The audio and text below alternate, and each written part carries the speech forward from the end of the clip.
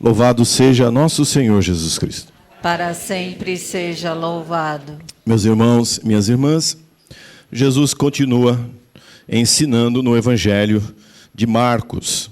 E, como tem sido nos últimos domingos, não se preocupando muito em ser politicamente correto e botando o dedo em ferida, falando de maneira muito incisiva e até, inclusive, dura. E, para ser enfático, claro, ele utiliza de hipérboles, ou seja, de figuras de linguagem exageradas, como vimos domingo. Não é? A tua mão peca, corta, se teu pé corta, arranca o olho. Isso é uma hipérbole, isso é um exagero para dizer, tem alguma coisa te afastando de Deus, tira da tua vida. E aí, hoje, no Evangelho, ele toma uma dessas coisas que podem nos afastar de Deus. O dinheiro, a riqueza, a preocupação com os bens materiais. Então, na realidade, é como se estivéssemos continuando a ouvir o Evangelho de domingo passado. É nessa toada que estamos. O que é que nos impede verdadeiramente de abraçar o reino de Deus, de abraçar nosso Senhor? O texto começa do Evangelho com um homem que vem correndo, diz o Evangelho, e se ajoelha diante de Jesus. Uma pessoa com pressa. Uma pessoa não vai correr se ela não tiver com alguma coisa premente, alguma coisa que precisa ser resolvida na vida dela. E é isso.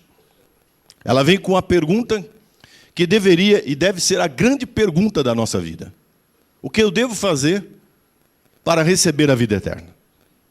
Essa deveria ser a razão pela qual nós corremos, a razão pela qual nós nos acordamos, a razão pela qual nós vivemos, a razão pela qual nós dormimos, a razão pela qual nos alimentamos, a razão pela qual vivamos. O que devo fazer para ganhar a vida eterna? Mas é isso mesmo? Ele está correndo por causa disso? Essa é a pressa dele? Ou ele tem tanta coisa que ele tem pressa até de saber o que fazer para ganhar a vida eterna? Então, o que está faltando aqui, né? Eu conheço gente assim. Não para. Um minuto. Acelerado. Psicologicamente, quase que num transtorno obsessivo. Seja ele por questões materiais, seja por questões espirituais. Tem gente que enlouquece. Acelera de tal modo a vida que não tem tempo para nada. Inclusive na vida espiritual. Então, veja, que trata-se, em primeiro lugar, de uma pessoa que chega numa situação estranha. Ele não chega com calma. Ele não chega com delicadeza. Esse ajoelhar-se diante de Jesus é algo quase que mecânico. Correndo, puf, se põe de joelho. O que eu tenho que fazer para ganhar a vida eterna? Fala logo que eu preciso fazer outras coisas. Está cheio de gente assim na igreja. Padre, benze aqui porque eu estou... O que eu faço para... Essa pressa. Pressa para quê? Então, com Deus, com as coisas de Deus, as coisas de Deus não funcionam assim.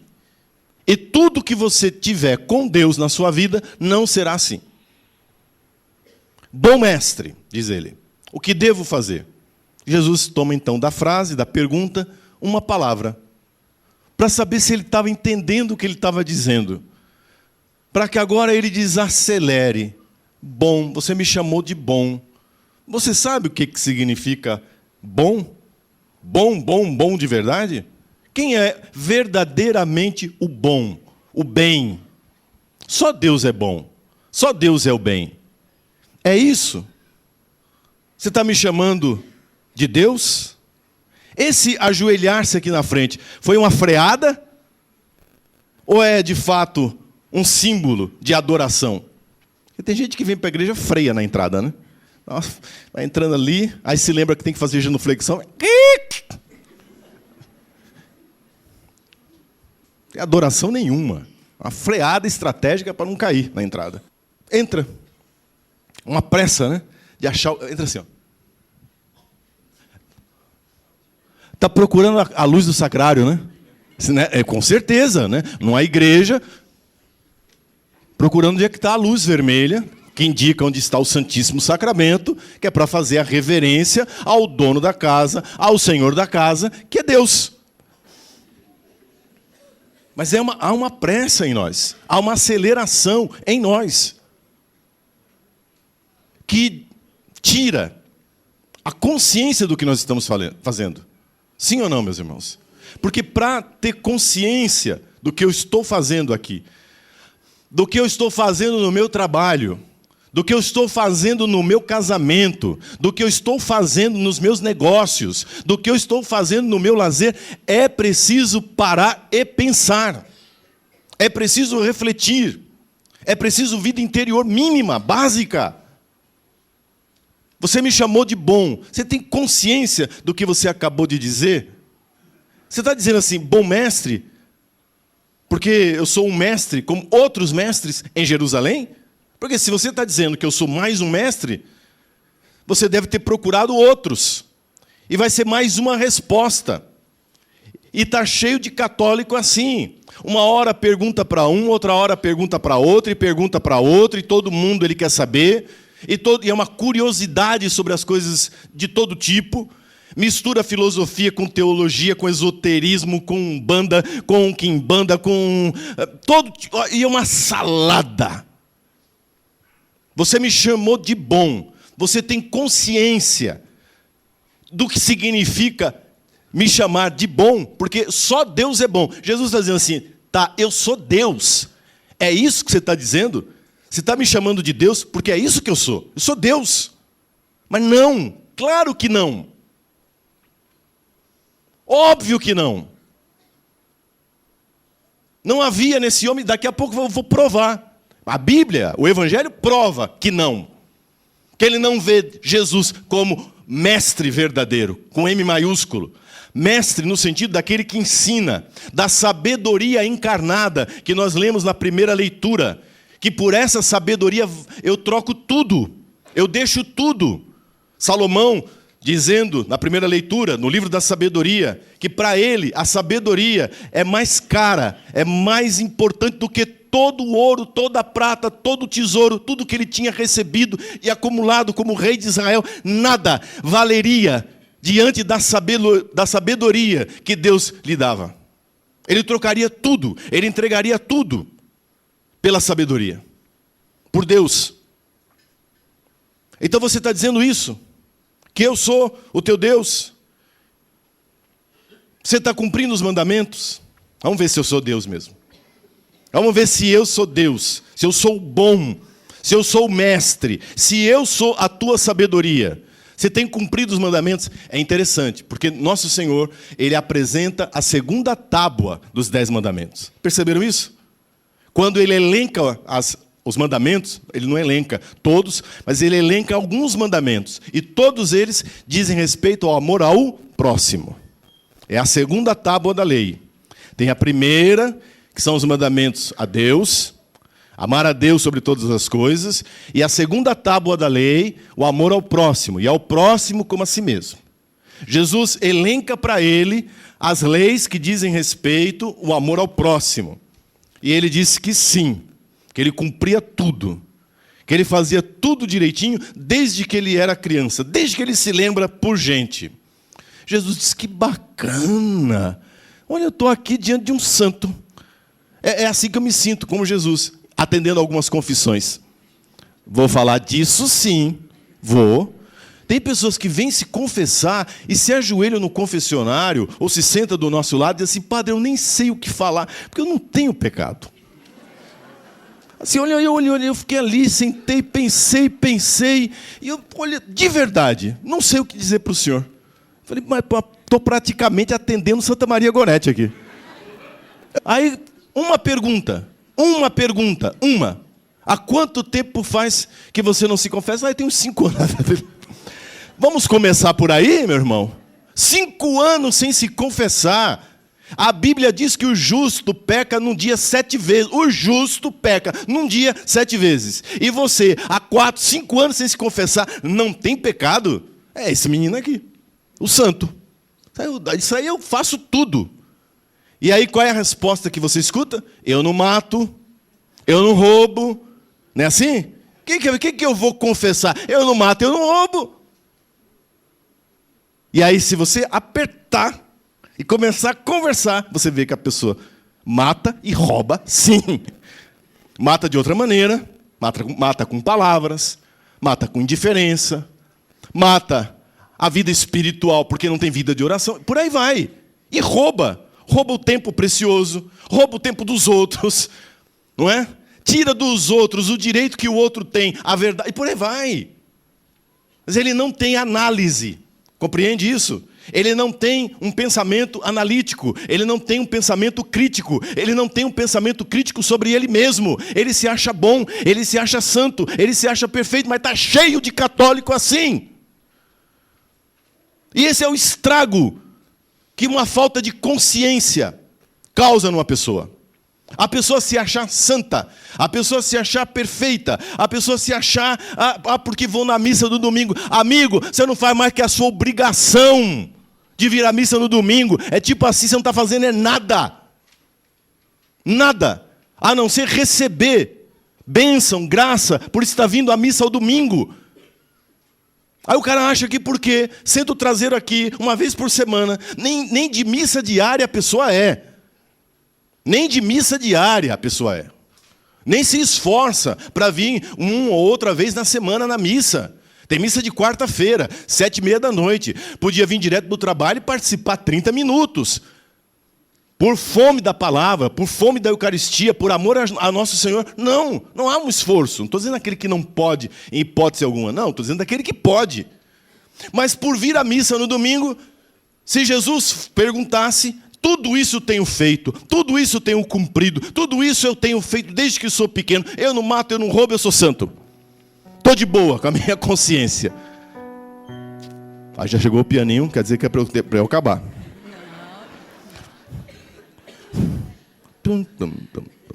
Aí, veja o que diz nosso Senhor. A coisa vai ficar pesada agora. Então, só uma coisa te falta, porque agora precisa desmascarar.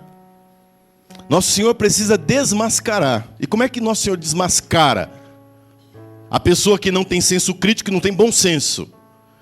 De novo, exagerando. Aí ele pega a tábua, a primeira tábua dos 10 mandamentos, o amor a Deus, e joga na cara. Não fez isso, claro. Mas diz assim para ele, então, vai, vende tudo que você tem, entrega aos pobres e me segue. O amor a Deus sobre todas as coisas. Amém? E o que aconteceu? Na prova dos 9, todos os 10 mandamentos foram por água abaixo.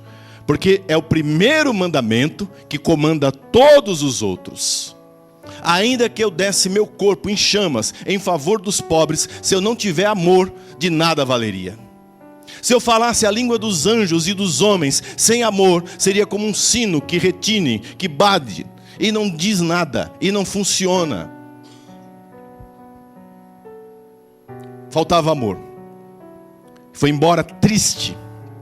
Foi embora, nossa, chegou tão apressado, chegou tão cheio de gente na igreja católica assim. Chega aqui, você fala, nossa, essa daqui vai trabalhar na pastoral tal, vai se doar, vai... Primeira dificuldade, primeira prova de amor, a pessoa...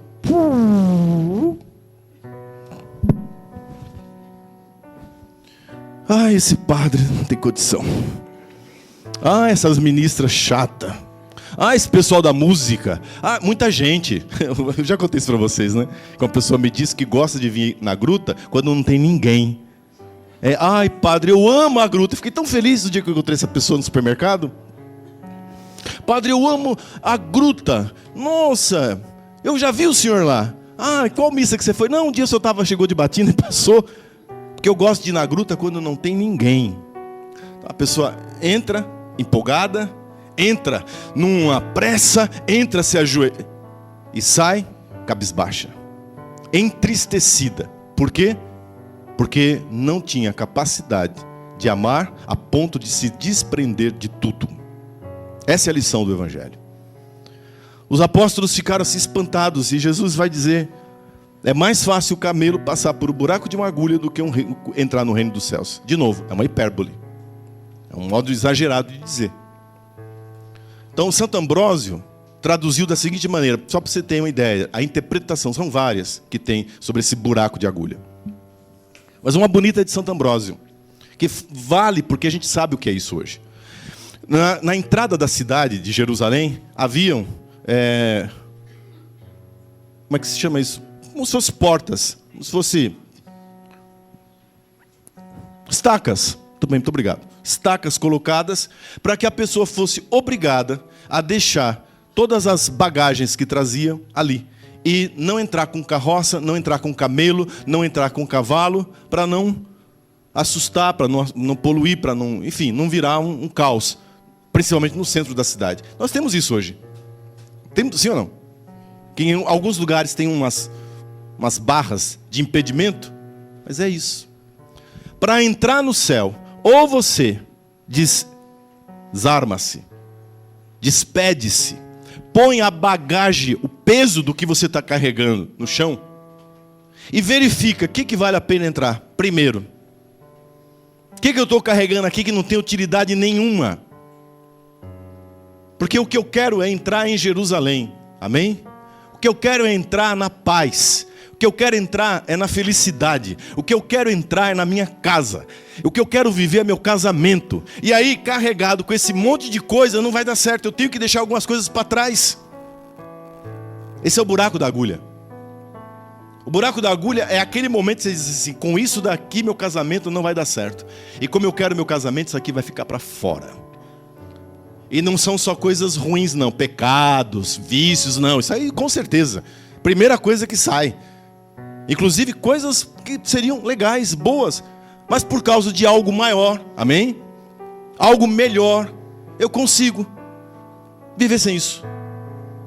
Eu consigo me desprender, ou buscar depois, porque também tem isso. Não, isso aí eu levo depois, não precisa ser agora. Não vou fazer briga, não vou criar, entende? Destruição no meu negócio, na minha sociedade, no meu trabalho. Por causa dessas bagagens que eu estou carregando, desses apegos que eu vou carregando. E olha, apegos emocionais, viu? Apegos psicológicos. Tem gente que carrega trauma. Assim, uma bagagem de trauma. E quando você fala com alguém, mas eu sou traumatizado. Pega esses traumas e deixa no buraco da agulha, amém? E passa. Aí você vai dizer, mas isso é impossível. Porque eu sou eu e os meus traumas. Eu sou eu e as minhas dificuldades. Sim, para você. Mas para Deus nada é impossível.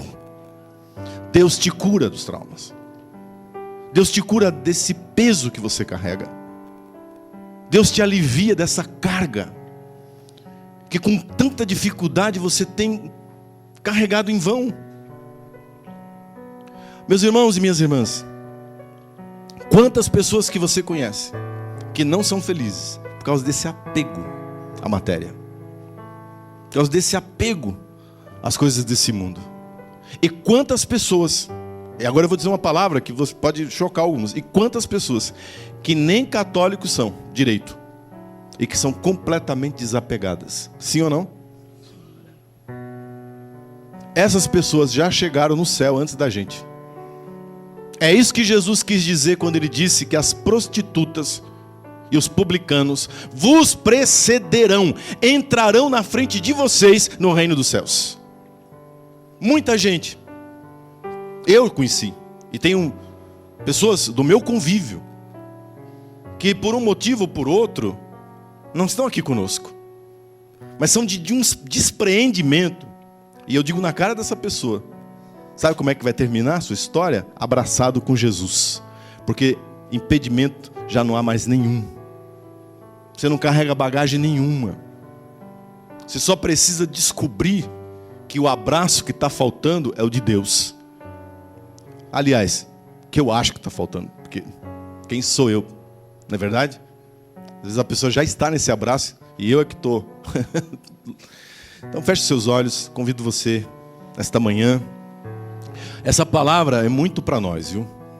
Muito, muito para nós. Quais são os pesos? Quais são as bagagens? Quais são os bens? Quais são os traumas? Quais são as mentiras que nós vamos carregando a vida inteira e que são um fardo e que nos cansam e que hoje, passando pelo buraco da agulha, eu deixo para trás. Em nome de Jesus eu deixo para trás, Senhor. E eu digo com toda a sinceridade do meu coração, eu não preciso de nada disso. Eu não preciso. O Senhor me completa. O Senhor me faz feliz. Diga para Deus: o meu casamento, o meu marido, minha esposa, meus filhos, meus netos, é disso que eu preciso.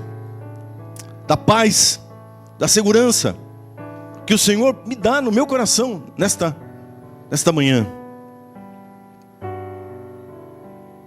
E aí veja, eu termino, que esse sentimento, essa inteligência, esse entendimento, que é mais do que um sentimento, é um entendimento, vai como que cortando você. É a segunda leitura da missa, da carta aos Hebreus.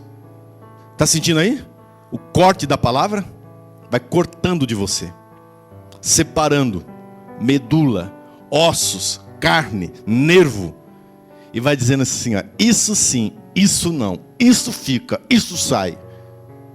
Tremendo o que Deus faz na nossa vida, quando você permite que Ele faça a separação do que precisa ficar e do que deve sair da sua vida, do que você conquistou e é seu, e que está aí, e outras coisas que estão aí que não são suas, foram jogadas na tua vida, entraram na tua vida, mas não te pertencem, e que precisam ficar para trás. Você está se arrastando cansado, porque você está levando uma mala, você está levando um peso que não é seu. E hoje, nessa missa, pelo poder dessa palavra, o Senhor, com a espada da verdade, com a espada da palavra, vai separando, vai cortando. Aí você fica slim. Essa é uma verdadeira cirurgia plástica, espiritual. E aí você passa, porque fica do tamanho que Deus quer. Assim seja. Louvado seja nosso Senhor Jesus Cristo. Para sempre seja louvado. Amém. Amém.